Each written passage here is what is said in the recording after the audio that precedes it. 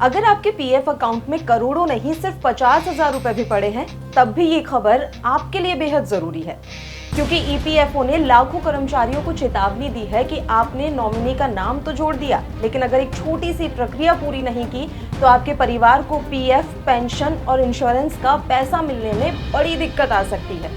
सवाल ये है कि क्या आपका ई नॉमिनेशन सच में पूरा है या सिर्फ आपको ऐसा लग रहा है।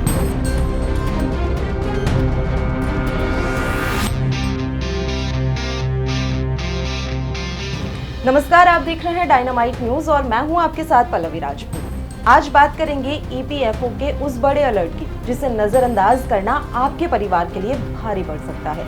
देश के करोड़ों ईपीएफ खाता धारकों के लिए ईपीएफओ ने एक महत्वपूर्ण चेतावनी जारी की है। कई लोग सोचते हैं कि उन्होंने ईपीएफओ पोर्टल पर नॉमिनी का नाम दर्ज कर दिया, इसलिए उनका काम पूरा हो गया।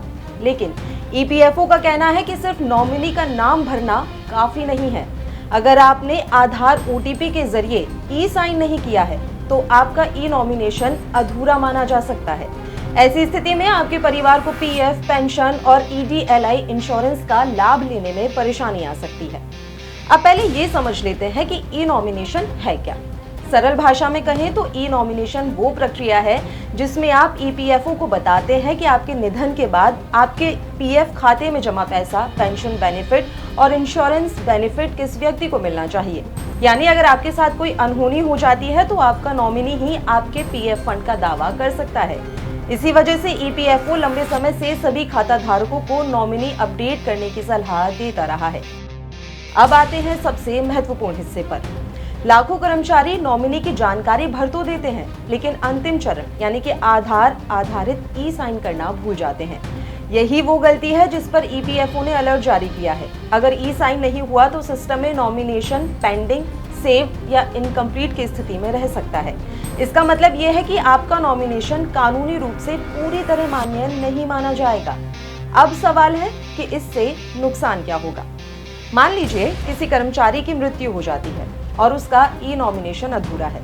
ऐसी स्थिति में परिवार को सीधे भुगतान मिलने की जगह अतिरिक्त दस्तावेज, कानूनी प्रक्रिया और वारिस साबित करने जैसी जटिलताओं का सामना करना पड़ सकता है। क्लेम में देरी हो सकती है और कई मामलों में विवाद भी खड़े हो सकते हैं। यानी एक छोटा सा ई साइन आपके परिवार को भविष्य की बड़ी परेशानी से बचा सकता है। ऐसे में अगर आप ये जानना चाहते हैं कि आपका ई नॉमिनेशन पूरा हुआ है या नहीं, तो प्रक्रिया काफी आसान है।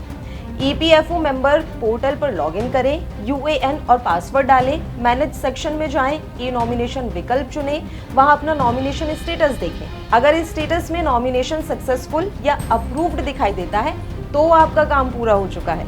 लेकिन अगर पेंडिंग, सेव्ड या कोई अधूरी स्थिति दिख रही है तो आपको प्रक्रिया पूरी करनी होगी। अगर आपका नॉमिनेशन मान लीजिए अधूरा भी है तो घबराने की जरूरत नहीं है। आपको बस आधार से लिंक मोबाइल नंबर की मदद से ओटीपी आधारित ई साइन करना होगा। ध्यान रखें, यूएएन एक्टिव होना चाहिए, आधार लिंक और सत्यापित होना चाहिए, मोबाइल नंबर आधार से लिंक होना चाहिए। इन तीनों चीजों के बिना ई साइन प्रक्रिया पूरी नहीं होगी। एक और जरूरी बात, कई लोग सोचते हैं कि शादी के बाद, बच्चे होने के बाद या परिवार में बदलाव होने के बाद भी पुराना नॉमिनी पर्याप्त है।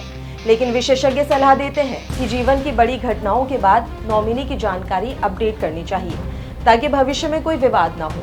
ईपीएफओ पोर्टल के जरिए नॉमिनी को भी बदला जा सकता है। तो कुल मिलाकर इस पूरी खबर का सार सिर्फ इतना है, अगर आपने ईपीएफओ में नॉमिनी जोड़ रखा है तो आज ही जाकर चेक कर लीजिए कि आपका ई नॉमिनेशन सिर्फ भरा हुआ है या वास्तव में ई साइन के साथ पूरा भी हो चुका है।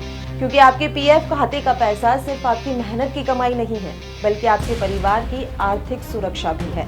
अगर आपको ये जानकारी उपयोगी लगी हो तो वीडियो को लाइक और शेयर जरूर करें ताकि ज्यादा से ज्यादा ईपीएफओ खाता धारक तक ये जरूरी जानकारी पहुंच सके।